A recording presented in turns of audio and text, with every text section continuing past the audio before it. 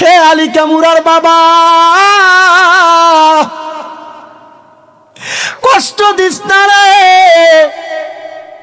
আব্বারে ধমক দিস না রে, এদেরকে জুদা করিস না রে। তুমি কাম থেকে আসার পরে তোমার বউ তোমার কাছে তোমার মায়ের ব্যাপারে কি যেন বলছি, তুমি যাইয়া তোমার আম্মারে ধমক দাও। সন্তান তোমার পায়ের মধ্যে হাত জোর করে দইরা বলি রে, ওই মারে তুই কষ্ট দিস না। আল্লাহর পরে নবী আমার, আল্লাহ পরে নবী আমার, তারপরে মা জননী, মাঝে আমার নয়নের মনি, মাঝে আমার নয়নের মনি। ওরে মাঝে আমায় মানুষ করলো রক্ত পানি কইরা, এখন কেমনে শুইয়া রইছে কবর দেশে যাইয়া, মাগো কবর দেশে যাইয়া। তোমার জন্য কান্দি মাগো, তোমার যেন কান্দি মাগো, চোখে জরে চোখের পানি, মাঝে আমার নয়নের মনি। বলেন মাঝে আমার, বলেন আল্লাহর পরে নবী আমার, আল্লাহর পরে নবী আমার, তারপরে মা জননী, মাঝে আমার নয়নের মনি। হাইরে মাঝে আমার নয়নের। ওরে 10 মাস 10 দিনে গর্ভে দইরা ধরাই আনলো মা, কেমনে রে সন্তান তুই ওই মার খানা দাও না। ওরে কত সন্তানে মা হারাইয়া, কত সন্তান মা হারাইয়া বুঝে হারাইছে জননী। হাইরে মাঝে আমার নয়নের মনি, কন্যা মাঝে আমার নেরে মনি। হাইরে আল্লাহর পড়ে নবী আমার, আল্লাহর পড়ে নবী আমার, তারপরে মা জননী, মাঝে আমার নয়নের মনি, মাঝে আমার নয়নের মনি। এ দুনিয়ার মুসলমান, হে নবীর উম্মতের দল, আমি জানি না রে কে তার মারে জুদা কইরা দিছ, কে তার মারে ধমক দিছ, বাপরে ধমক দিছ। দে যুবক ভাই তোর পা সামনে দে, আমি আমার জিব্বাটা লাগাইয়া তোর পাউডা পরিষ্কার কইরা দিমু। ওই মার মনে কষ্ট দিয়া, ওই বাবার মনে কষ্ট দিয়া হালিকা মুরার জমিনে এর থাইকা বড় মিলাদুন নবী তাফসীর মাহফিল করবা, আল্লাহর কসম কোনো লাভ হবে না। যদি তারারে খুশি করতে পারো রে, তোমার জীবন ধন্য হইয়া যাবে। আমি জানি না রে কারা জানি তারার মা বাবার মনে কষ্ট দিছে। যদি সুযোগ পাও রে, ওয়াদা করো রে, এখান থেকে বাড়িতে যাইয়া মা বাবার পা শুয়া শুয়া মাপ চাইবা। যতক্ষণ পর্যন্ত তোমার মা তোমার বাপ মুখ দিয়া বলছে মাফ করে দিছি, ততক্ষণ পর্যন্ত মা বাবার পাও চাইর না। কেন জানোনি? মা বাপ যদি মাফ না করে আমার আল্লাহ তোমারে মাফ করবে না। মা বাপ যদি ক্ষমা না করে আল্লাহ তোমারে ক্ষমা করবে না। আমি জানি না সন্তান তোমরা তোমাদের মা বাবার পাশিয়া মাফ চাও কিনা। জানোস রে ও আলিকা মুরার বাবারা, আমি শুধু মা বাবার পাশিয়া মাপ চাই না, আমি মাঝে মাঝে সুযোগ পাইলে আমার মার পায়ে চুমা দেই, আমি সুযোগ পাইলে আমার আব্বার পায়ে চুমা দেই। আমি আমার এলেমের জোর দিয়া ওয়াজ করি না, আমি ওয়াজ করি একমাত্র আমার মা বাবার দোয়ার বরকত দিয়া, আমার মা বাবার দোয়ার বরকত দিয়া। অনেকে চিন্তা করে হুজুর মাপসামো দূরের কথা, আমি 2 ঈদের সময় মা বাবার পাশিয়া সালাম করি না। এ সন্তান, হে নবীর উম্মতের দল, সালাম করো কিনা জানি না। আল্লাহর নবী কই যদি সুযোগ পাও মাঝে মাঝে আম্মা আব্বার কদমের মধ্যে চুমা দিও। কেন জানো? কেন জানো রে বাবা? ওই মা বাপ তোমার জান্নাত, মা বাবার তোমার জাহান্নাম। ওই মা বাবার মনে কষ্ট দিয়া জান্নাতে যাইতে পারবা না, জাহান্নাম অবধারিত। মা বাপরে খুশি করলে জান্নাতে যাইবা, এটাই তোমার নিশ্চিত। ওয়াদা করো না আম্মা আব্বার পায়ে ধরে মাপ চাইবা। কিন্তু অনেক সন্তান চিন্তা করে হুজুর, যারার বাড়িতে মা আছে তারা বাড়িতে যাই আমার পায়ে ধরে মাপ চাইবো। আমার তো মা নাই, আমি কার পায়ে ধরে মাপ চাইবো? হুজুর, যারার বাড়িতে বাবা আছে তারা বাড়িতে যা বাবার পায়ে ধরে মাপ চাইবো। হুজুর, আমার তো আব্বা নাই, আমি কার পায়ে ধরে মাপ চাইবো?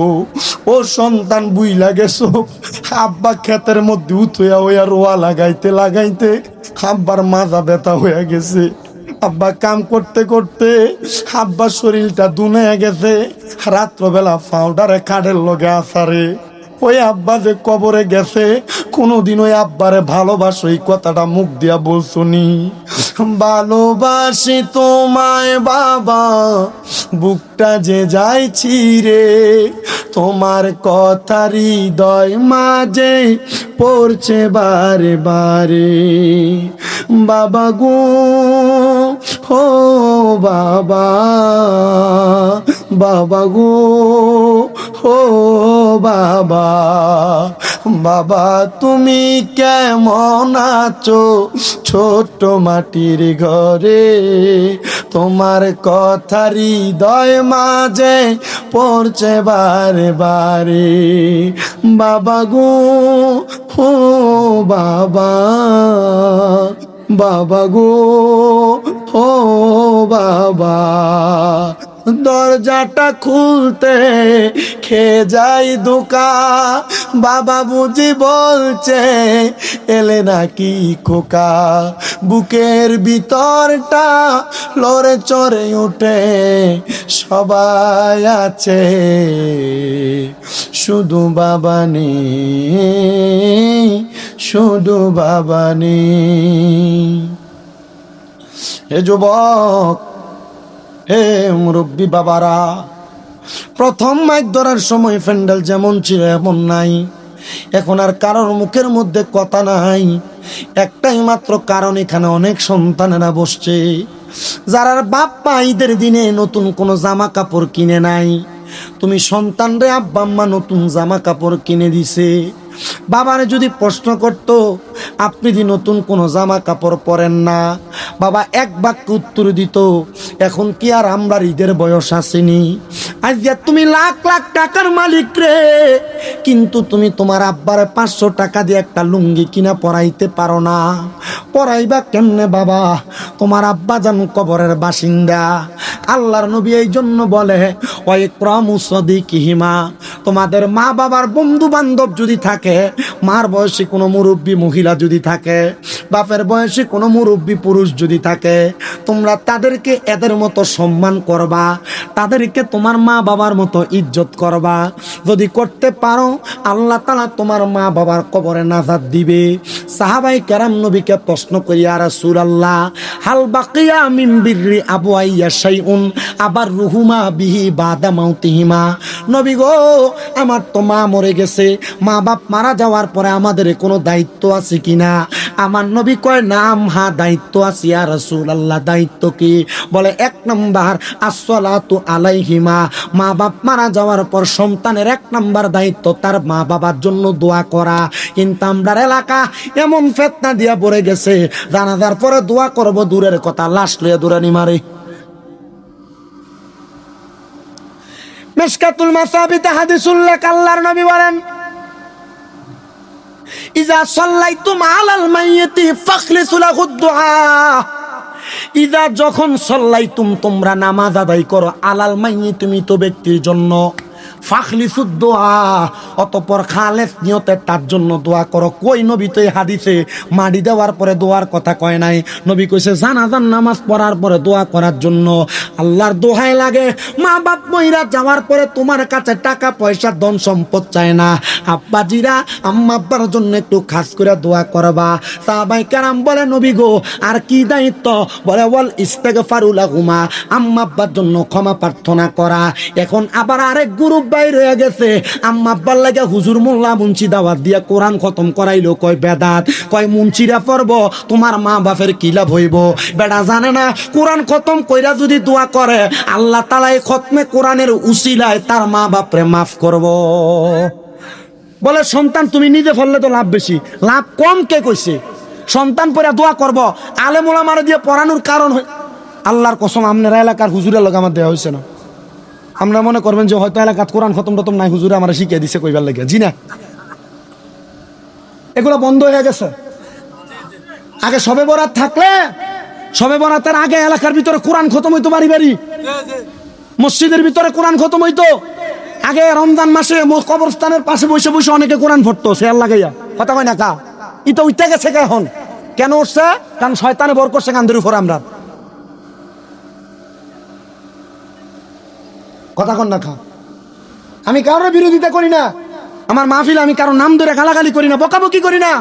আমার কথা হচ্ছে আপনি কেন মানুষকে দিনের পথ, ইসলামের পথ, আমল আখলাকের পথ থেকে দূরে সরায় রাখতেছে? এত নামাজ পড়ে না, এর মন চাইছে মা বাপের লেগে একটু টান আইছে একটা কোরআন খতম ফরাইবো। কোরআন খতম ফটতাইয়া হুজুরে এমনি যাই কেমনে মনে করেন না, হাতটা মালিশ করে মাথার ভিতরে, ভাই আমরা দিয়ে তো দোয়া করাইছেন, আপনিও নিজে নামাজ ফিরে করতে দোয়া করেন। এক উক্ত কি ফটতো নাই কইয়া গেলে, কথা কেন এক উক্ত ফটতো না? আর আল্লাহ চাইলে এক উক্তের জন্য মাফ করে দিব, কারণ আসলি জিনাকা ইয়াকফিকাল আমালুল কলিল, তোমার ইমানকে খাঁটি করো, অল্প আমল নাজাতের জন্য যথেষ্ট হইব। আল্লাহর কাছে পছন্দ হওয়ার জন্য 10 ওয়াক্ত না, 1 ওয়াক্ত নামাজ পড়ার মতো ফললে যদি মইরা থাকা, এই 1 ওয়াক্ত দিয়ে আল্লাহ জান্নাত দিব। কথা কন না কেন?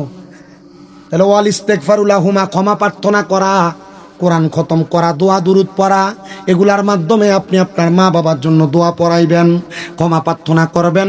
কারণ দোয়া যখন করান 7 দিনা 40 9 দিনা 15 দিনা যখন করে, বাৎসরিক যখন করে, তখন কিন্তু মুনাজাতে কয় আল্লাহ যে ব্যক্তি খানা ফেনার আয়োজন করলো এটার উসিলায় তার মা বাপরে তুমি মাফ করো, তার মা বাবার কবরে জান্নাতি খানা দান করো। আপনার কন এগুলা বলে কি বলে না? যে জাত কয় যে 7 দিন না 40 করা বেদাত, এটি জায়েজ নাই, এটি কিপটার দল, এটি মানুষের খাবাই তো চায় না। ওয়াজ শুরু করার আগে একবার দুরূদ শরীফ পড়েন, সালামুন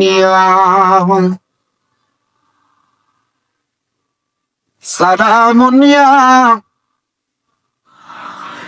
গভীর মনোযোগ আমার বাবারাম, আল্লাহ তাআলা কোরআনুল কারীমের মধ্যে বলেছেন বিসমিল্লাহির রহমানির রহিম, ইয়া আইয়ুহাল্লাযীনা আমানু তাকুল্লাহা ওয়াল তানজুর নাফসুম মা কদ্দামাত লিগাদিন ওয়াত্তাকুল্লাহা ইন্নাল্লাহা খাবীরুম বিমা তা'মালুন।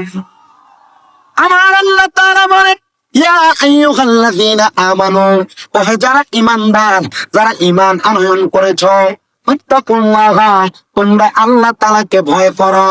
আসেন আমরা এই ইত্তাকুল্লাহ দ্বারা আমার আল্লাহ তাআলা কাদেরকে বুঝাইলেন, আর ঈমানদার বলতে কাদেরকে বুঝাইলেন, আমরা এখান থেকে ওয়াজের ধারাবাহিকতা আমরা লক্ষ্য করে শেষ করব। আল্লাহ তাআলা ঈমানদারকে ডাক দিলেন। এবার জানেন ঈমানদার কারা? ঈমানদার হলো তারা যারা 7টা বিষয়ের প্রতি ঈমান আনে। 1 নাম্বার হলো আমানতু বিল্লাহ, যারা আল্লাহর প্রতি ঈমান আনে। ও মুসলমান, আল্লাহর প্রতি ঈমান কাহাকে বলে জানতে হবে।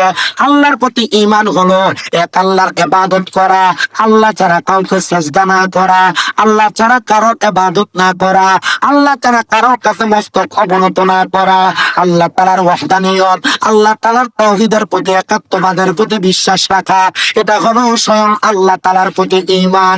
এবার আসেন আমানতু বিল্লাহি, 2 নাম্বার ওয়া মালাইকাতিহি, 2 নাম্বার হলো ফেরেশতার প্রতি ঈমান। ফেরেশতার প্রতি ঈমানটা কি জানেন? আপনার ডাইন এবং বাম কাঁধের মধ্যে 2 জন ফেরেশতা আছে। ওই 2 জন ফেরেশতা হলো মুআল্লিমুল মালাইকা। এই 2টা ফেরেশতা জিবরাইল আলাইহিস সালাতু ওয়াস সালামের মাধ্যমে পরিচালিত হয়। এই 2টা ফেরেশতা সহ আপনার প্রত্যেকটা কর্ম, আপনার প্রত্যেকটা কাজ ফেরেশতারা অবলোকন করে, লিপিবদ্ধ করে। আপনাকে সেগুলা জানতে হবে এবং তাদের প্রতি ঈমান আনয়ন করতে হবে। 3 নাম্বার হলো ওয়া কুতুবিহি, কিতাবের প্রতি ঈমান আনা। কোন কিতাবের প্রতি ঈমান আনবে? আল্লাহর পক্ষ থেকে তো একটা কিতাব আসে নাই, আল্লাহর পক্ষ থেকে 104খানা কিতাব এসেছে। এর মধ্যে 100টা কিতাব হলো সহিফা, আর 4টা হলো সবচাইতে শ্রেষ্ঠ কিতাবের অন্তর্ভুক্ত। ওই 4টা আসমানি কিতাব তাওরাত, জাবুর, ইনজিল, কোরআন। কিন্তু বাবা 100 সহিফার কথা তাওরাতে আছে, 100 সহিফার কথা জাবুরে আছে, 100 সহিফার কথা ইনজিলে আছে। কিন্তু তাওরাত, জাবুর, ইনজিলে যা আছে, আমার আল্লাহ তাআলা সকল কিছুর সংমিশ্রণে এই কোরআনটাকে মানব জাতির সংবিধান হিসেবে পাঠাইছেন। জোরে বলেন সুবহানাল্লাহ। এ মুসলমান ইমানদারেরা, এ নবীর উম্মতের গণেরা, ওই কিতাবের প্রতি ঈমান আনয়ন করা লাগবে। ওই কিতাবের মধ্যে যা আদেশ করা হয়েছে তা মানবেন, যা নিষেধ করা হয়েছে তা বর্জন করবেন। এবার আসেন 4 নাম্বার বড় মারাত্মক বিষয়। এটার কারণে আমাদের মুসলমানের মাঝে বড় দ্বন্দ্ব। এই 4 নাম্বারটা নিয়ে আমরা মুসলমান ফিদাফিদি করে, 4 নাম্বারটা নিয়ে ভাইয়ে ভাইয়ে দ্বন্দ্ব, 4 নাম্বারটা নিয়ে সমাজতান্ত্রিক দ্বন্দ্ব, 4 নাম্বারটা নিয়ে রাজনৈতিক দ্বন্দ্ব হয় না, 4 নাম্বারটা নিয়ে এলাকার মধ্যে মানুষে দলাদলি হয়। ওই এটা আর অন্য কিছু নয়, সেটা হলো রাসূল নিয়ে দ্বন্দ্ব। বলে হুজুর কেন রাসূল নিয়ে দ্বন্দ্ব? তারাও নবীর উম্মত, আমরাও নবীর উম্মত, কিন্তু রাসূল নিয়ে ফরজিয়তের দ্বন্দ্ব নাই, ওয়াজিবাতের দ্বন্দ্ব নাই, সুন্নাতের দ্বন্দ্ব নাই, মুস্তাহাবের দ্বন্দ্ব নাই। দ্বন্দ্ব শুধু মুস্তাহাসান বিষয় নিয়ে, যেটা নিয়ে দ্বন্দ্ব না করলেও চলে। কিন্তু মনে রাখতে হবে আমার বাবা ভাইরা বন্ধুরা, ওই রাসূলের কোন ক্ষুদ্র বিষয় মুস্তাহাসান, মুস্তাহাব, সুন্নাত, ওয়াজিব, ফরজ যেটাই হোক না কেন, ওই রাসূলের প্রতি পরিপূর্ণ ঈমান যদি না থাকে, তাহলে আপনি কখনো সচ্চা পাক্কা ঈমানদার দাবি করতে পারবেন না। কতক্ষণ না ঠিক কিনা? আমরা মুসলমান। তারপরে আসুন রাসূলিহি ওয়াল ইয়াউমিল আখিরে। 5 নাম্বার হলো আখিরাতের প্রতি ঈমান। এই আখিরাতের প্রতি ঈমান কোনটা? আপনি একদিন মরবেন, মরার পরে কবরে যাইবেন, কবরে যাওয়ার পর আপনার কবরে 2 জন ফেরেশতা আসবে সম্মানিত, তারা আপনারে সওয়াল করবে, জবাব দেওয়া লাগবে।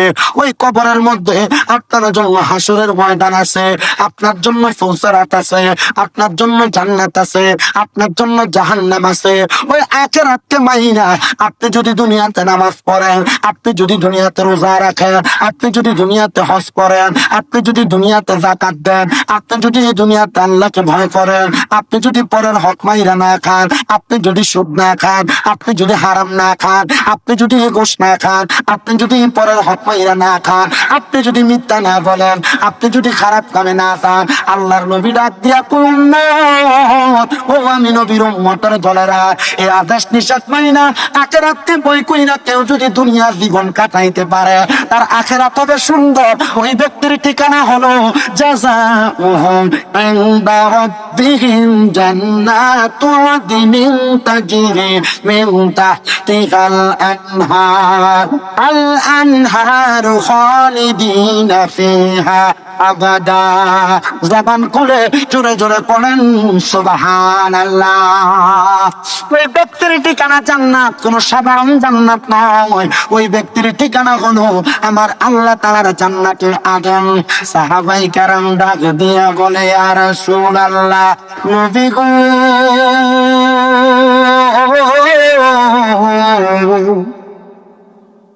ও দয়াল নবীজি, ওই জান্নাতুল আদমটা দেখতে কেমন? সুবহান। বাবা আপনি ঢাকা জায়গা কিনলেন চান্দিনা বাজার, জায়গার গন্ডা হলো 30 লাখ, না বেশি চলে? কত? 40-50 চলে না? জায়গার গন্ডা 50 লাখ। আপনার দিকে কয় শতকে গন্ডা? ও আমরা এদিকে এলাকা 30 লাখ হয়েছে, 2 শতকে গন্ডা, 2 শতকে 2 শতক। চান্দিনা বাজারে একটা জায়গা ক্রয় করলেন, জায়গার দাম হলো 50 লক্ষ টাকা। আপনারা কেউ এসে বললো, ভাই সাহেব, চান্দিনা আলিয়া মাদ্রাসার পাশে একটা জায়গা আছে, 1 গন্ডার দাম হলো 50 লাখ। আপনি লগে লগে টাকা দিয়ে দিবেন, সে আপনারা দলিল দিয়া দিবে। এগুলা চলে নাকি? আরে চলে না। আপনি এমনি এমনি আরো 50 লাখ দিয়ে নেবেন, আগে কইছে জায়গা দিয়ে নেবেন। আগে দেখতে হবে আসলে জায়গাটা ঠিক আছে কিনা। জায়গাটার খতিয়ানটা ঠিক আছে কিনা, যে বেটা মালিক এ বেটার খারিজটাও ঠিক আছে কিনা। এমনি এমনি জায়গা দিয়ে নেবো, এর নামে যদি খারিজই না থাকে দলিল দিব কোথেকে? হ্যাঁ এ বাবা ভাইয়েরাম, সাহাবায়ে কেরাম বলে ইয়া রাসূলুল্লাহ, আপনি যে আমাদেরকে জান্নাতের আশা দেখান, তো ওই জান্নাতে যাব, জান্নাতরা কেমন আমরা তো জানতে বড় ইচ্ছা হয়। আপনার মনে হয় কষ্ট দিতেছে না? আব্বা একবার ভিক্ষা করবার লেগে গেছিল, ভিক্ষা করতে গেছে, সুন্দর এক 10 তলা বিল্ডিং, লগে দিয়ে ভাঙ্গা টিনের ঘর। ভিক্ষা খোঁজা, আল্লাহর রাস্তায় কটা ভিক্ষা দেন, ভাঙ্গা টিনের ঘর আল্লাহ ফাঁসটিয়ে ভিক্ষা দিচ্ছে। দোয়া করছে, আল্লাহ তুমি তারা লাখ লাখ টাকার মালিক বানাও।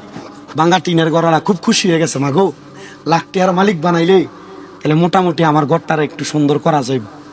তো পাশে 10 তলা বিল্ডিং, এনো যায় ভিক্ষা খোঁজা, আল্লাহর সে ভিক্ষা দেন। তো ভাঙ্গা টিনের ঘর লগে যে 10 তলা বিল্ডিং এ মালিক হেরে ফাঁসটিয়ে ভিক্ষা দিচ্ছে। দোয়া করছে, আল্লাহ আমনেরও লাখ টাকার মালিক বানাবো রে। কি লেগে দোয়া তো আমার প্রমোশন হইতো না, ডিমোশন হইব।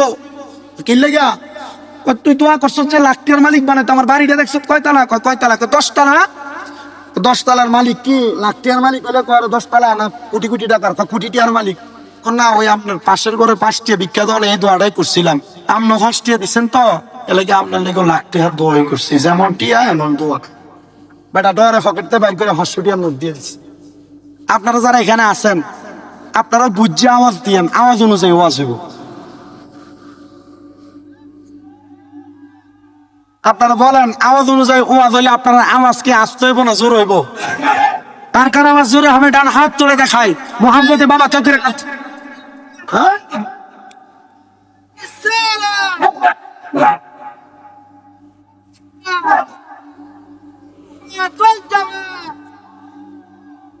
জোরে বলেন মারহাবা। আমরা সবাই খুশি। সাহাবায়ে কেরাম বলি ইয়া রাসূলুল্লাহ, তো জান্নাতটা কেমন গো নবী? আমার নবী আবার আল্লাহ তাআলার কোরআনুল কারীমের এই আয়াত থেকে বলতেছেন, তাজরি বড় সুন্দর, তাহতিহাল আনহার, এত সুন্দর, এটার নিচে দিয়ে একটা নহর প্রবাহিত হয়।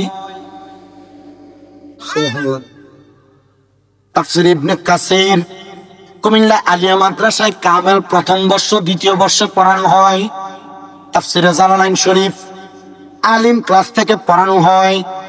ও বাবা, এই দুইটা তাফসীরের কিতাবে এই আয়াতে কারিমার একটা হাদিস উল্লেখ করেছেন আল্লামা ইবনে কাসির। কি করেছেন একটু মনোযোগ দিয়ে শুনেন।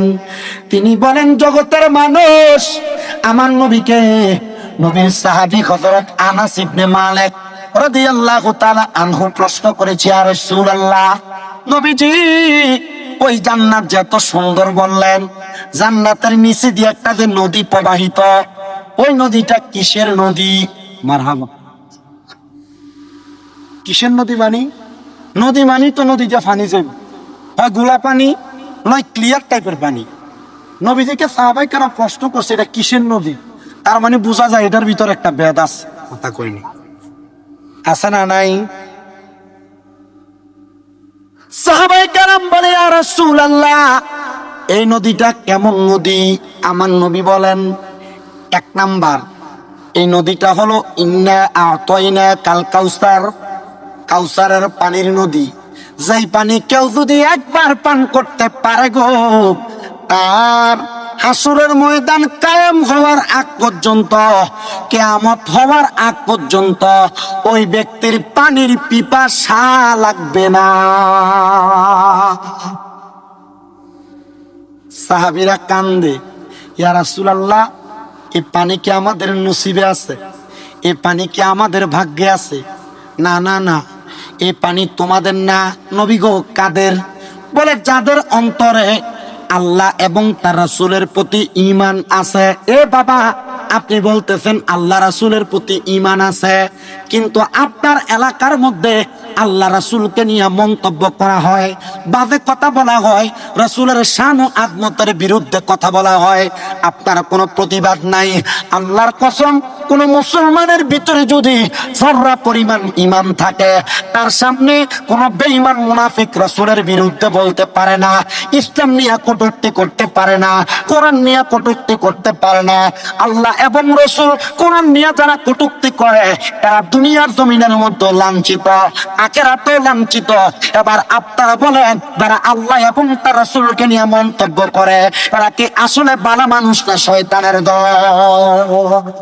আমরা আজকে এই কুমিল্লা জেলার অন্তর্গত চান্দিনা থানার আনিকেমুরা সরকারি প্রাথমিক বিদ্যালয় মাঠ প্রাঙ্গণ থেকে বাংলাদেশের উপদেষ্টা মণ্ডলীদের কাছে আমরা একটাই আবেদন করতে চাই, এখন থেকে বাংলাদেশের মধ্যে যদি কোনো মায়ের সন্তান আল্লাহর কোরআন নিয়ে বাদে মন্তব্য করে, রাসূল নিয়ে বাদে মন্তব্য করে, আল্লাহ কোরআনের আইন নিয়ে বিরুদ্ধাচরণ করে, আপনি অন্য কোনো শাস্তি দেওয়া লাগবে না।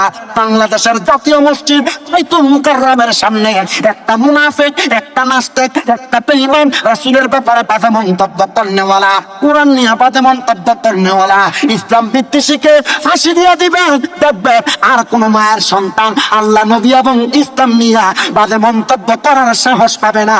আপনারা বলেন, বাংলার সংসদে এমন একটা আইন বাস্তবায়ন হোক, আমরা মুসলমান সবাই চাই কি চাই না?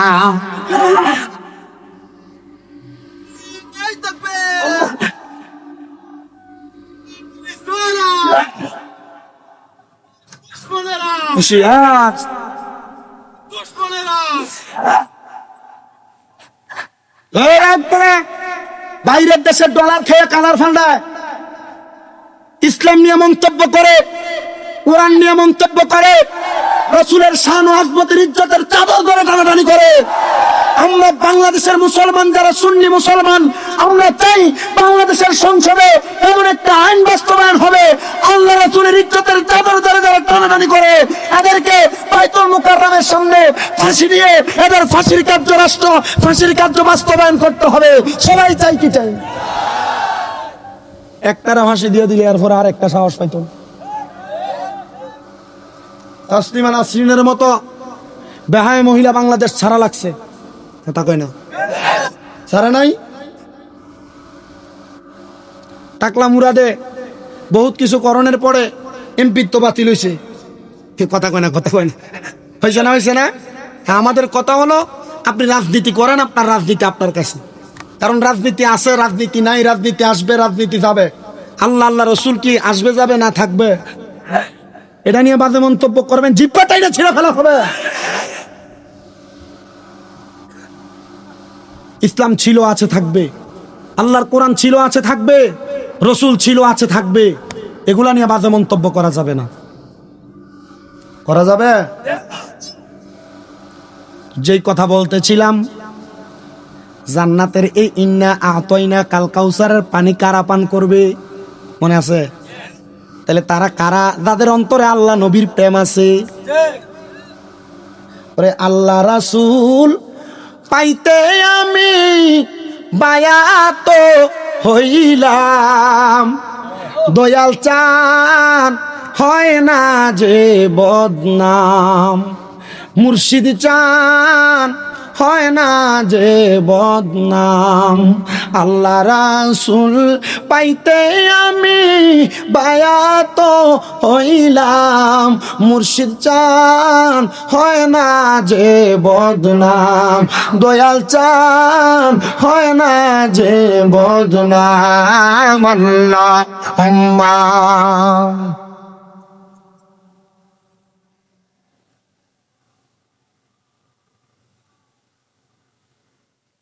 وعلى آله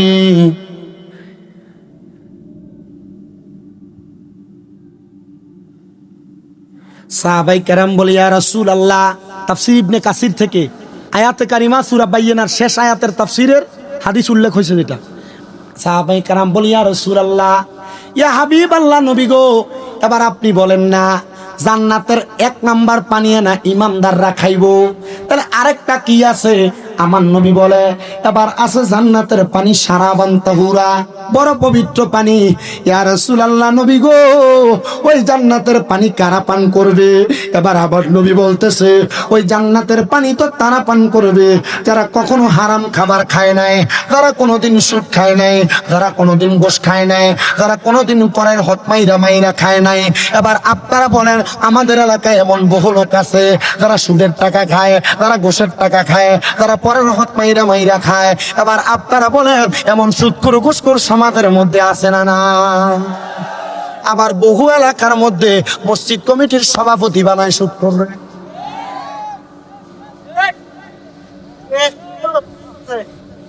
ওই পাগলা কই আছে? কথা কন না, আছে না? মসজিদ কমিটির সেক্রেটারি বানায় সুদ করবে, মসজিদ কমিটির ক্যাশিয়ার বানায় ঘুষ করবে, এলাকার সর্দার মাতাব্বরির দায়িত্ব দেয় হারাম করবে।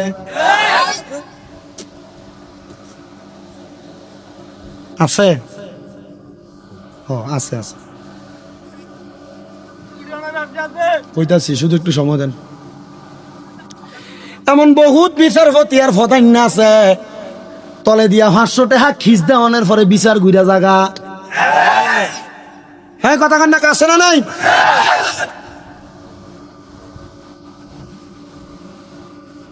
কত দিল সারে?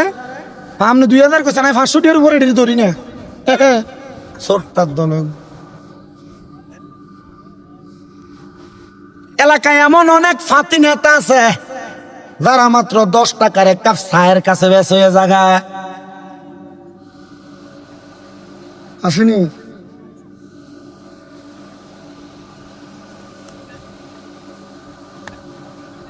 ওয়াদার লাগবো, ওয়া শেষ।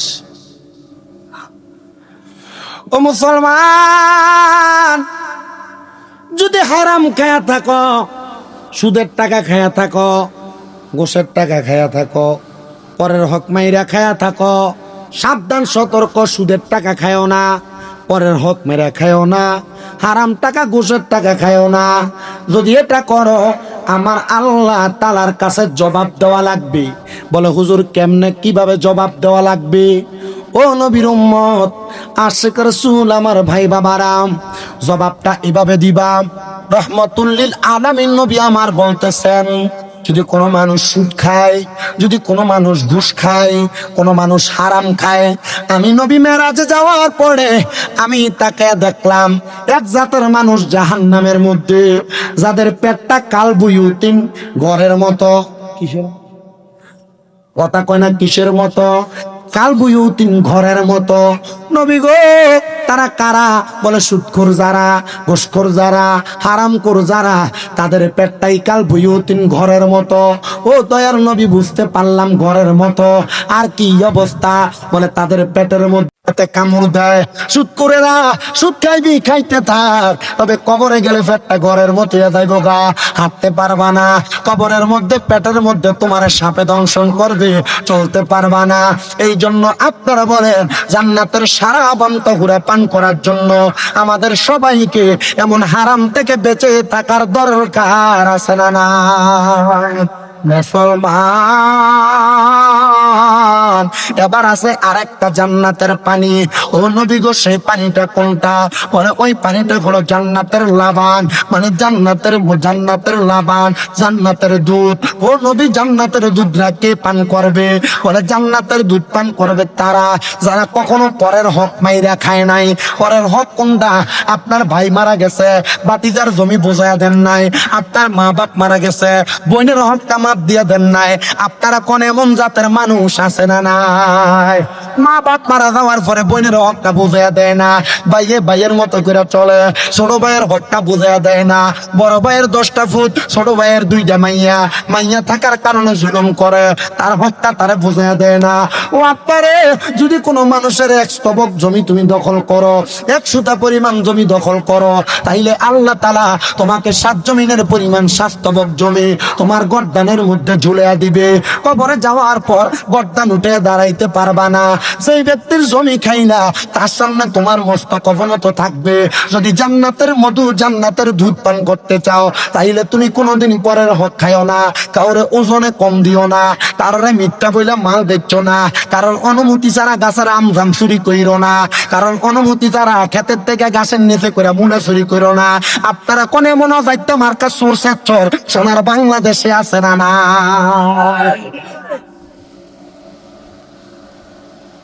কষ্ট হইতেছে আপনার আর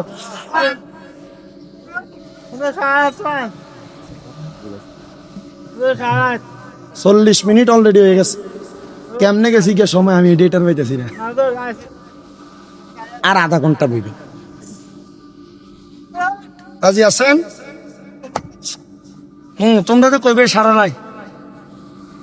আমি কালকা জুমাত বাইর হইছি, জুমা তাও জুমাতে যাইতে পারতাম না। আমার আম্মা অসুস্থ, আপনারা হয়তো অনেকে সোশ্যাল মিডিয়ায় দেখছেন। আমার আম্মা আজকে 4 মাস অসুস্থ, বিছনায় পড়ে আছে। তবে আলহামদুলিল্লাহ 4 মাসের মাথায় অনেকটা সুস্থ, ও আকারে ধরে ধরে হাঁটে আমার আম্মা। তো আমি আলহামদুলিল্লাহ খেদমত কমতি রাখি নাই, যতটুকু করার দরকার। এখন আপনারা দোয়ায় আমার এক নরসিংদীর ভক্ত এবিডি আইছে, এবিডি আমার আম্মার খেদমত করছে। এখন আছে হোমনার এক মহিলা, তাও আমার আম্মার খেদমত করতেছে। বরুরার এক বেডি আছে, ভিডিও যায় যে আমার আম্মার খেদমত করে, থাকে বাইর থেকে আমার আম্মার খেদমত করে। আমি যদি কই যে আমার আম্মার খেদমত করি না লাগবো, আমি টিহা দিয়ে রাহন লাগতো না। আলহামদুলিল্লাহ এটা আল্লাহ তাআলা ওই যে ওয়াজ মাহফিল করি এটার বরকতে দিছে। আলহামদুলিল্লাহ কি কইতেন না জোরে? আমি প্রথম যে 2 মাস আমার আম্মা অসুস্থ ছিল, এটা খাট আর এটা হলো নিচ ফ্লোর। আমার আম্মা খাটে আর আমি ফ্লোরে। রাত্রে ফজরের আগ পর্যন্ত ঘুমাইছি না, আম্মার চোখ যতক্ষণ না লাগে। চোখ লাগছে আর পরে চোখ খাটছে। এই 2 মাস আমার আম্মা যেদিন হসপিটাল প্রথম 3 দিনের দিন যেদিন আমার আম্মারে আমি বেডের থেকে এভাবে আলগি দিছি, আমার আম্মা চোখের পানি ফালাই দিছে। জিজ্ঞাসি কান্দেন কা? আমার আম্মা তো আমি তো বুঝি কি লেগে কান্দে, এত ওজন আলগি দিছে আমার আম্মার লেগে কান্দে। পরে কইছে হেতে তো নিজে, আমি গোসলের পর আমি আমার লুঙ্গিটাও ধুইছি না। আমার আম্মা সুস্থ থাকা অবস্থা আমার আম্মা নিজে ধুইয়া দিছে। তো আমি আমার আলগি দিছি, এই জন্য আম্মা কষ্ট পাইছে। আমি এতটুক দোয়া চাই আপনার কাছে, আপনারা দোয়া করলে আমার মনে হয় আমার আম্মা সুস্থ হয়ে যাবে তাড়াতাড়ি। আমার বহু ওস্তাদ বহু ভক্তবিন্দুরা মক্কায় যে আল্লাহর কাবা করে গিলাপ ধরে ধরে দোয়া করছে, মদিনা শরীফ রসুলের রওজার সামনে দোয়া করছে। আমার এক ভাই আছে হানিফ ভাই, মদিনা শরীফ মালিশ করে পরিষ্কার করে রওজাটা। উনি মাঝে মাঝে প্রত্যেক দিন আমার এমনি ফোন দেয়, দিয়ে দিয়ে আমার লেগে দোয়া করে, আমার আম্মার লেগে দোয়া করে। আপনার দোয়া করতেন না? আমি অস্বাভাবিক অবস্থায় কালকে আমার আম্মা, আমি যে আগের দিন মাহফিল করছি ব্রাহ্মণবাড়িয়া, কইরা যে আসছি, আসার পরে যে ফজরের তাও 7টা বাজে মনে আমার চোখ লাগছে, 7টা 7:30 বাজে। তখনও দেখি 7:22 বাজে।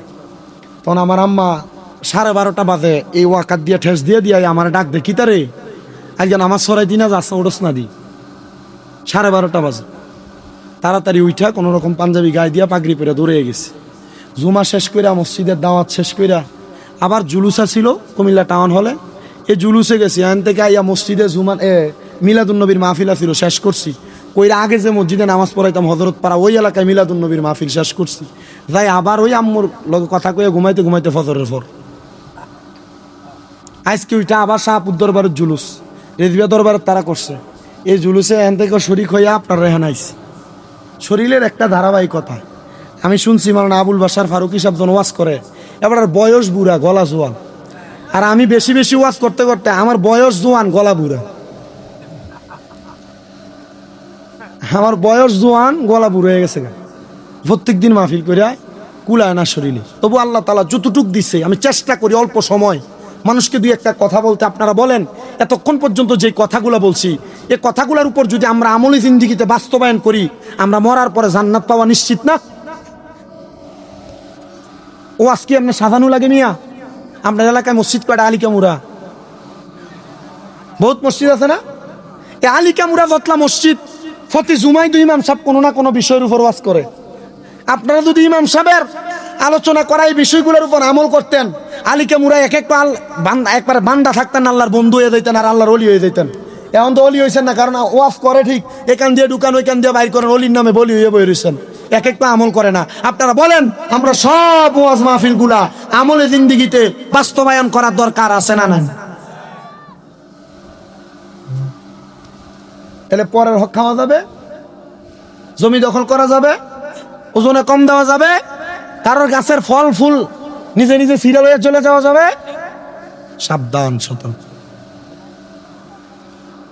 আমার মুসলমানেরা, আরেকটা আছে জান্নাতের মধু। এই জান্নাতের নদীর মধ্যে 4 প্রকারের পানি প্রবাহিত হয়। ওই জান্নাতের মধু তারা পান করবে যারা কখনো দুনিয়ার জমিনের মধ্যে নেশা করে নাই, নেশা। কিন্তু আমাদের এলাকার যুবক এত নষ্ট হয়ে যাচ্ছে। যুবক, এ যুবক ভাই, সিগারেটের মাধ্যমে, গাঞ্জা ইয়াবার মাধ্যমে তুমি তোমার নিজের জীবনটাকে নাশ করে দিতেছ। আর ডাক্তার দোকানে এমন অনেক সমস্যাওয়ালা ফার্মাসিস্ট আছে যারা টাফনিল নামক নেশার ট্যাবলেট আর ঘুমের ট্যাবলেট বিক্রি কইরা এলাকার যুবক খোলা ভান্ডারে ট্যাবলেট কোন নেশা করে বানাইতেছে।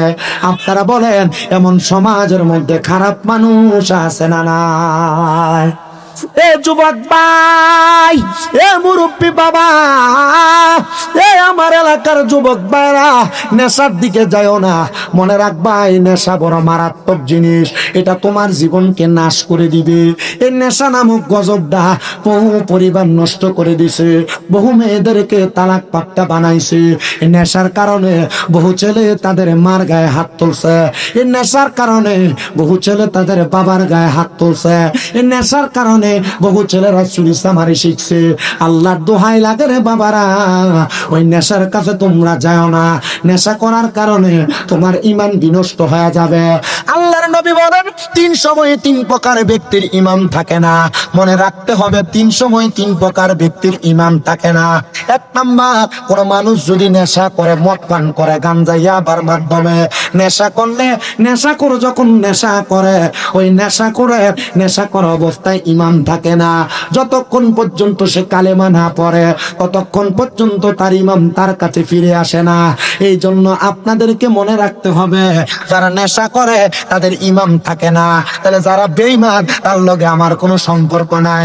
কিন্তু অন্তর ফোলাফান সম্পর্ক করতে যাইয়া নেশা করতার লগে করে, ইয়াবা করতার লগে করে, ফেন্সিডিল করার ট্যাবলেট করতার লগে করে। কারণ কি? বলে নেশা করে লগে কেন সম্পর্ক করলা? বলে তার লগে এলাকায় যদি একজন লাগে, তাহলে সে ফোন করলে 10-12-15টা মোটরসাইকেল লই আইয়ে তারপর কইয়া ঝগড়া করবার লাগা। দেখবেন এক একটা চেহারা গান জুটির মতো দেখা যায়। এই কথা কোন এমনও আছে না নয়? তাহলে নেশা করে ঈমান কি আছে না গেছে? তাহলে নেশা করে সাথে আমাদের কোনো সম্পর্ক, কথা কোন না সম্পর্ক? পোলাপান, মুরব্বী, যুবক ভাই, যারা সিগারেট খায়, সিগারেট, এই ব্যাপারে একটা সতর্কবাণী দিয়ে দেই। ইনশাল্লাহ সিগারেট খানা আশা করি বন্ধ হবে। আমি বহু সিগারেট খুরদের কাছে অবজারভেশন করছি। আপনি চিন্তা করে দেখছেন আমি কি জিনিস লয়ে অবজারভেশন করছি? বহু সিগারেট খুররার লগে অবজারভেশন করছি। আমার লগে দাখিল পরীক্ষা দিয়ে এরপরে পড়ালেখা বন্ধ হয়ে গেছে এমন বহুত যুবক আছে। আমি আমার লগের কয়েকটা যারা সিগারেট খায় এটি জিজ্ঞাসি। আমি রাস্তা দিয়ে আসি মাঝে মাঝে, মোটরসাইকেলে থাকলে যদি দেখি যে সিগারেট খায়, এটা আমারে দেখলে মোটর সিগারেটটা এমনি সিপ দিয়ে মোড়ে লইলা। আমি দিয়ে গেলাম, তুই সিগারেট খাস কি লেগে, কি মজা ফাস, এটা তো ধোঁয়া, এছাড়া কিছু আছে? আমার একটা উত্তর দিছে, দোস্ত রে দোস্ত, এ সিগারেট খেলে একটা কবুতর খেলে যে শক্তি, একটা সিগারেট খেলে শক্তি। চিন্তা করে দেখছেন, শয়তান তারা চাকরি দিয়ে শয়তান ছুটিতে গেছে গা। তো বললাম তো খাস কেন? আরে কইস না, অমুক একদিন কইছিল একটা টান দিয়া দেখ কি হইব, একটা টান দিয়া দেখ কি হইব, কয়ে তোমার দোস্ত যে তোমার সিগারেট ধরাইছে, এরপরে যদি ফেমিকাল লজে ঝগড়া হয়, সিগারেটটা ছাড়া তার রাইতে ঘুম হয় না। আরেক জাতের খাচ্চর বেড আইতাছে, যেটি বাথরুমে বইয়ে বইয়ে সিগারেট খায়। কি কথা কন না কাও আসিনি? শাস্তাগঞ্জ রেল স্টেশন 2017 সাল ডিসেম্বর মাস আমি ওয়াজ করি তখন থেকে। তো আমি ওয়াশরুমে গেছি, ওয়াশরুম থেকে বাইর হওয়ার সময় দেখতেছি যে উপর দিয়ে ধোঁয়া বাইর হয়। হ্যাঁ, প্রথম চিন্তা করছি, মনে মনে আসছে না গুনটাগুন লাগছে। পরে না বুঝলাম যে বাথরুম হয়তো কেউ সিগারেট খায়। আমি কালকে একটা লোক পাইছি, একটু জিগাই লই। আর আমি দাঁড়ায় রইলাম, বেড়া বাইরে না, কাকা আমি কি সিগারেটটা বাথরুমে ভেবে খাইছেন? হ। আমি বললাম ইয়া এক লোক মা বাদ যদি দেখাই তার নাম নেই। না ইটা তো ভাবতাম না, তো খান কিনলে যা সিগারেট। না কাকা, ওই সিগারেটটা খাইলে বাথরুমটা ক্লিয়ার হয়।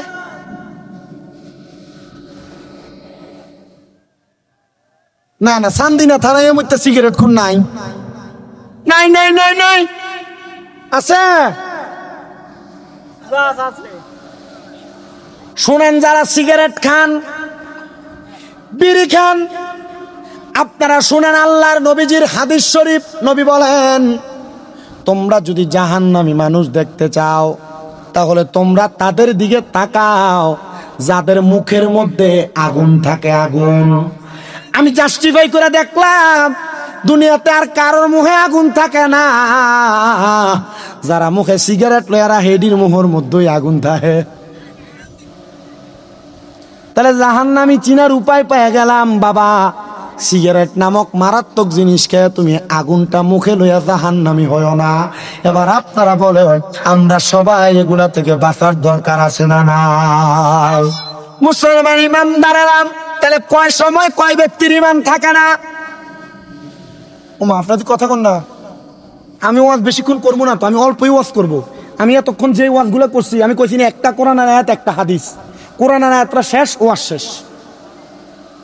হাদিস পর্যন্ত কইতে গেলে সময় আরো 2 ঘন্টা লাগবে, হাদিস অনেক লম্বা।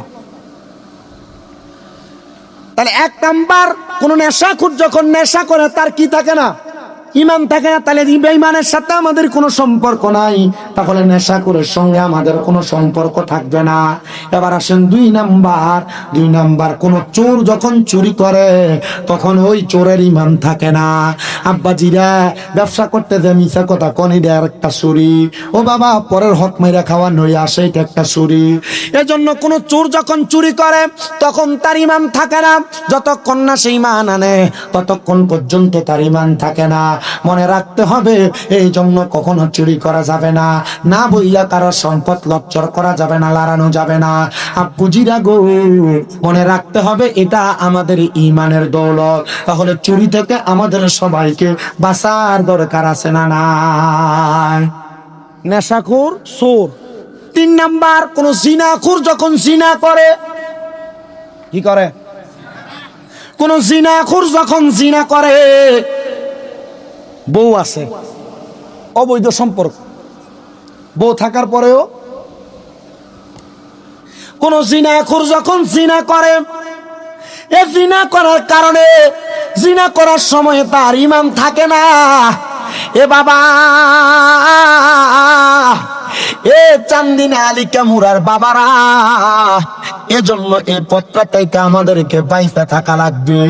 যতক্ষণ পর্যন্ত কালিমা না পড়ে ততক্ষণ পর্যন্ত তার ইমান তার কাছে ফিরে আসে না।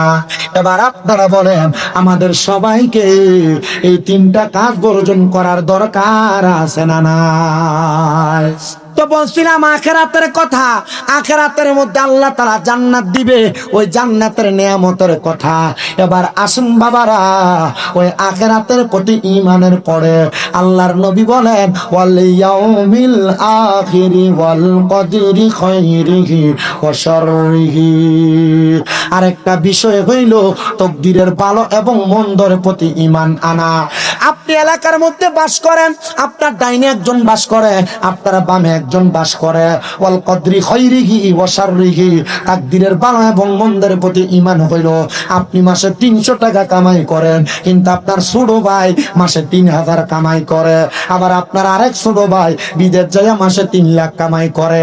আপনি কইতেছেন আল্লাহ তার দিকে তাকায়, তার দিকে তাকায়, আমার দিকে তাকায় না। আল্লাহ তো চাইলে আমারও সম্পদের মালিক বানাইতে পারত। আব্বাজি মনে রাখবা, এমন চিন্তা যখন তোমার ভিতরে আসবে ঈমান দুর্বল হয়ে যাবে। যদি তুমি 300 টাকা কামাই করো বলবা আলহামদুলিল্লাহ, 5000 কামাই করো আলহামদুলিল্লাহ, আর 5 লাখ কামাই করো আলহামদুলিল্লাহ। এবার আপনারা বলেন, আল্লাহ আমাদেরকে যতটুকু দান করেছেন আমরা সবাই ততটুকুর উপর সন্তুষ্ট থাকার দরকার আছে না নাই? এ মুসলমান ইমানদার, এ নবীর উম্মতের দল, মিনাল্লাহি তাআলা ওয়াল বাসি বাদাল মাউত। আরেকটা হলো আমার আল্লাহ তাআলা আমাদেরকে মৃত্যুবরণ করার পরে আবার ইন্তেকালের পরে আমাদেরকে উত্তোলন করবে, কবর থেকে বের করবে আমাদের হিসাব নিকাশ করার জন্য। আমাদেরকে সেটার প্রতি ঈমান আনয়ন করা লাগবে। এবার আসেন, কেন লাগবে, কেন লাগবে, কেন লাগবে? কারণ আমার আল্লাহ তাআলা আমাদেরকে যে জান্নাত দিবে, জান্নাতের এত নিয়ামত দিবে, এগুলা পাওয়ার জন্য তো যোগ্যতা পাওয়ার দরকার। সাহাবায়ে কেরাম প্রশ্ন করি, ইয়া রাসূলুল্লাহ, ওই যোগ্যতাটা কি আপনি বলেন না? আল্লাহর নবী বলে, রাদিয়াল্লাহু আনহুম ওয়া রাদু আন, ওই যোগ্যতা হলো আল্লাহকে সন্তুষ্ট করা লাগবে, আর আমার আল্লাহ তোমার প্রতি সন্তুষ্ট হওয়া লাগবে। আল্লাহরে কেমনে সন্তুষ্ট করবা? আল্লাহরে সন্তুষ্ট করার মাধ্যম হলো, আল্লাহর নবী বলে, রাদার রাব্বি ফি রিদাল ওয়ালিদাইন, আম্মা আব্বার সন্তুষ্ট করলে আমার আল্লাহ তাআলা সন্তুষ্ট হয়ে যায়। এ বাবা, এ নবীর উম্মতের দলেরা, এই জন্য সবাই আম্মা আব্বারে সন্তুষ্ট করবা। আল্লাহর নবী বলে, শুধু তাই নয়, রাদিয়াল্লাহু আনহুম ওয়া রাদু আন, যালিকা লিমান খাশিয়া রাব্বা, আর যারা আল্লাহকে সবচাইতে বেশি ভয় করে তারাই আমার আল্লাহ তাআলার ওই জান্নাতে থাকবে। চিন্তা করে দেখ শুনি রে, আম্মা আব্বারে সন্তুষ্টি করলে আমার আল্লাহ তাআলা সন্তুষ্টি হয়ে যাবে। কিন্তু আজকের এই আলিকা মুরার মাহফিলে হয়তো এমন অনেক সন্তান বসেছে যারা বউয়ের কথা শুই না মারে ধমক দেয়, বউয়ের কথা শুই না বাবারে বাদ দেয় না, মা বাপরে জুদা করে দিছে। আপনারা বলেন, বর্তমান সমাজে এমন কাহিল পরিস্থিতি আছে না না? হে আলিকা মুরার বাবা, কষ্ট দিস না রে, আব্বারে ধমক দিস না রে, তাদেরকে জুদা করিস না রে। তুমি কাম থেকে আসার পরে তোমার বউ তোমার কাছে তোমার মায়ের ব্যাপারে কি যেন বলছি, তুমি যাইয়া তোমার আম্মারা ধমক দাও। সন্তান তোমার পায়ের মধ্যে হাত জোর করে দইরা বলি রে, ওই মারে তুই কষ্ট দিস না। আল্লাহর পরে নবী আমার, আল্লাহ পরে নবী আমার, তারপরে মা জননী, মা যে আমার নয়নের মণি, মা যে আমার নয়নের মণি। ওরে মাঝে আমায় মানুষ করলো রক্ত পানি কইরা, এখন কেমনে শুইয়া রইছে কবর দেশে যাইয়া, মাগো কবর দেশে যাইয়া। তোমার জন্য কান্দি মাগো, তোমার যেন কান্দি মাগো, চোখে জরে চোখের পানি, মাঝে আমার নয়নের মণি। বলেন মাঝে আমার, বলেন আল্লাহর পরে নবী আমার, আল্লাহর পরে নবী আমার, তারপরে মা জননী, মাঝে আমার নয়নের মণি। হাইরে মাঝে আমার নয়নের। ওরে 10 মাস 10 দিনে গর্ভে দইরা ধরাই আনলো মা, কেমনে রে সন্তান তুই ওই মার খানা দাও না। ওরে কত সন্তানে মা হারাইয়া, কত সন্তান মা হারাইয়া বুঝে হারাইছে জননী। হায়রে মাঝে আমার নয়নের মণি, কন্যা মাঝে আমার নেরে মনি। হায়রে আল্লাহর পড়ে নবী আমার, আল্লাহ পড়ে নবী আমার, তারপরে মা জননী, মাঝে আমার নয়নের মণি, মাঝে আমার নয়নের মণি। হে দুনিয়ার মুসলমান, হে নবীর উম্মতের দল, আমি জানি না রে কে তার মারে জুদা করে দিস, কে তার মারে ধমক দিস, বাপরে ধমক দিস। দে যুবক ভাই তোর পা সামনে দে, আমি আমার জিব্বাটা লাগাইয়া তোর পাউডা পরিষ্কার কইরা দিমু। ওই মার মনে কষ্ট দিয়া, ওই বাবার মনে কষ্ট দিয়া হালিকা মুরার জমিনে এর থাইকা বড় মিলাদুন নবী তাফসীর মাহফিল করবা, আল্লাহর কসম কোনো লাভ হবে না। যদি তারারে খুশি করতে পারো রে, তোমার জীবন ধন্য হইয়া যাবে। আমি জানি না রে কারা জানি তারার মা বাবার মনে কষ্ট দিছে।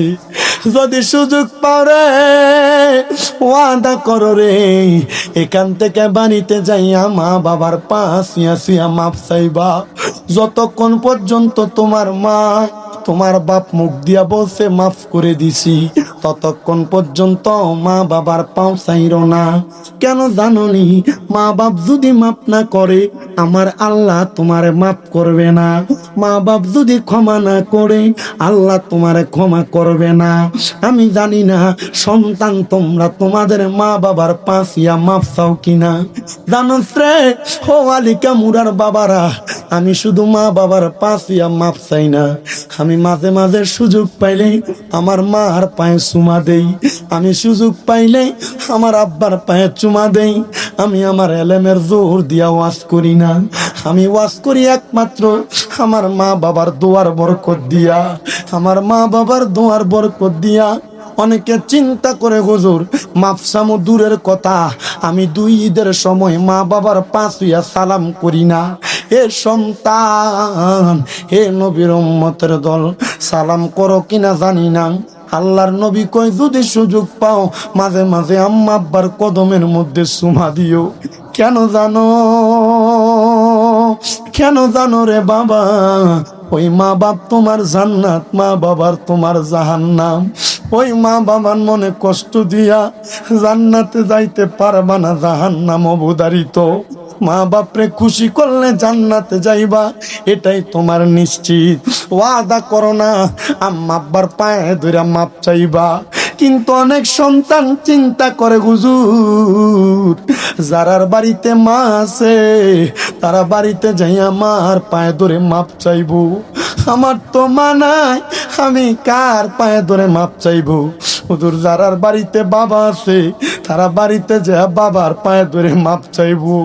হুজুর আমার তো আব্বা নাই, আমি কার পায়ে ধরে মাপ চাইবো? ও সন্তান বুইলা গেছো, আব্বা ক্ষেতের মধ্যে উঠইয়া হইয়া রোয়া লাগাইতে লাগাইতে আব্বার মাজা ব্যথা হয়ে গেছে। আব্বা কাম করতে করতে আব্বার শরীরটা দুনাইয়া গেছে। রাত্রবেলা পাউডারে কাঠের লগে আসারে ওই আব্বা যে কবরে গেছে, কোনোদিন ওই আব্বারে ভালোবাসো এই কথাটা মুখ দিয়া বলছনি?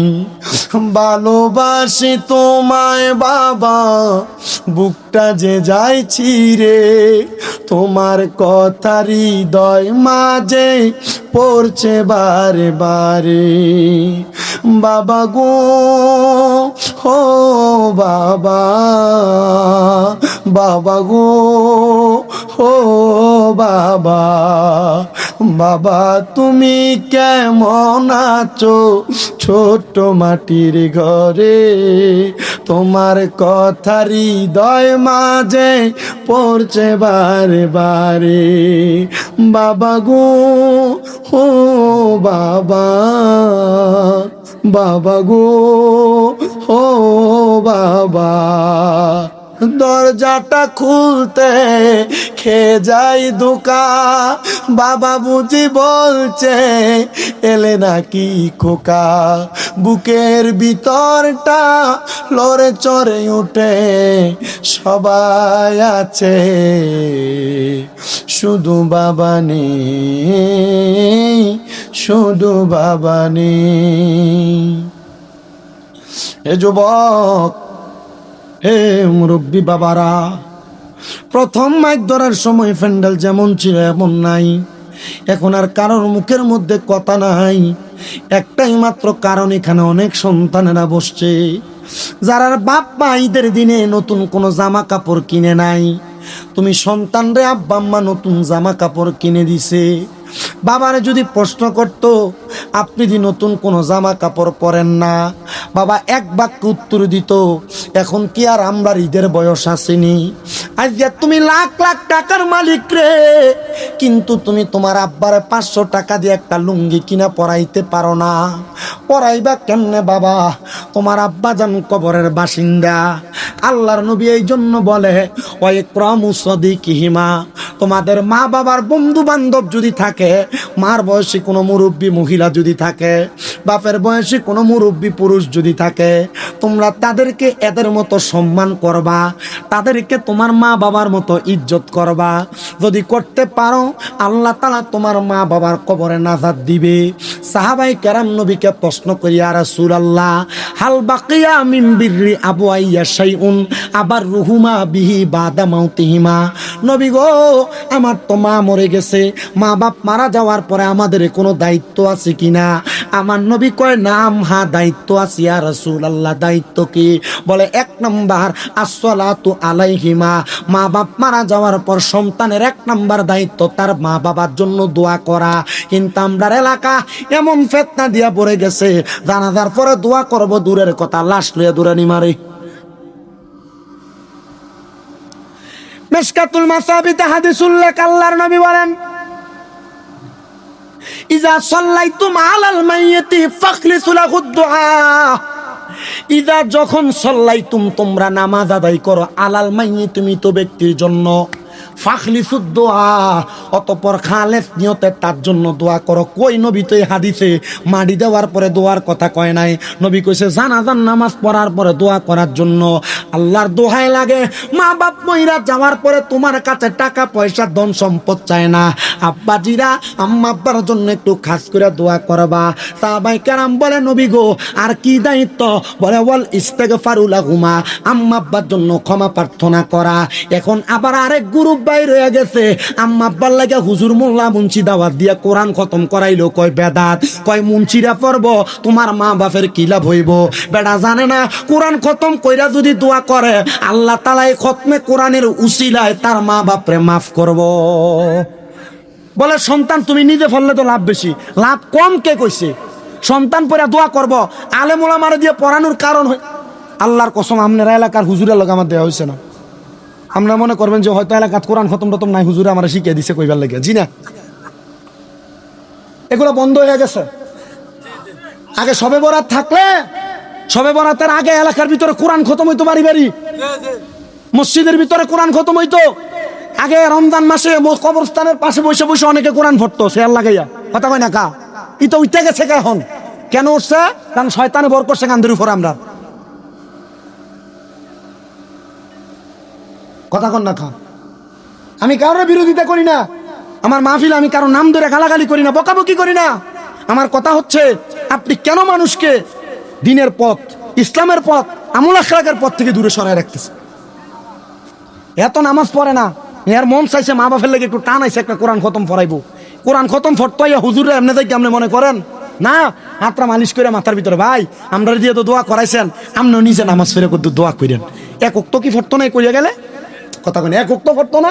আর আল্লাহ চাইলে এক উক্তের জন্য মাফ করে দিব। কারণ আখলি যিনাকা ইয়াকফিকাল আমালুল কলিল, তোমার ইমানকে খাঁটি করো, অল্প আমল নাজাতের জন্য যথেষ্ট হইব। আল্লাহর কাছে পছন্দ হওয়ার জন্য 10 ওয়াক্ত না, 1 ওয়াক্ত নামাজ পড়ার মতো ফললে যদি মইরা জাগা, এই 1 ওয়াক্ত দিয়ে আল্লাহ জান্নাত দিবে। কথা কন না কেন? তাহলে ওয়াল ইস্তিগফারু লাহুমা, ক্ষমা প্রার্থনা করা, কোরআন খতম করা, দোয়া দুরুদ পড়া, এগুলার মাধ্যমে আপনি আপনার মা বাবার জন্য দোয়া পড়াইবেন, ক্ষমা প্রার্থনা করবেন।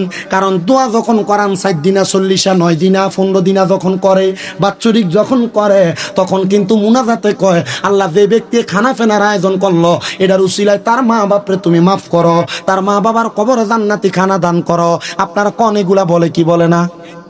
যে জাত কয় যে 7 দিন না 40 করা বেদাত, এটি জায়েজ নাই, এটি কিপটার দল, এটি মানুষের খাওয়াইতো চায় না। কথা কয় না কা? এটি মানুষের ঘরের ফ্লেটে বইয়ে মানুষের খাওয়াইতে চায় না। আল্লাহর নবীকে প্রশ্ন করা হয়েছে, ইয়া রাসূলুল্লাহ, ইসলাম খায়রুন, ইসলামের মধ্যে উত্তম কাজ কি?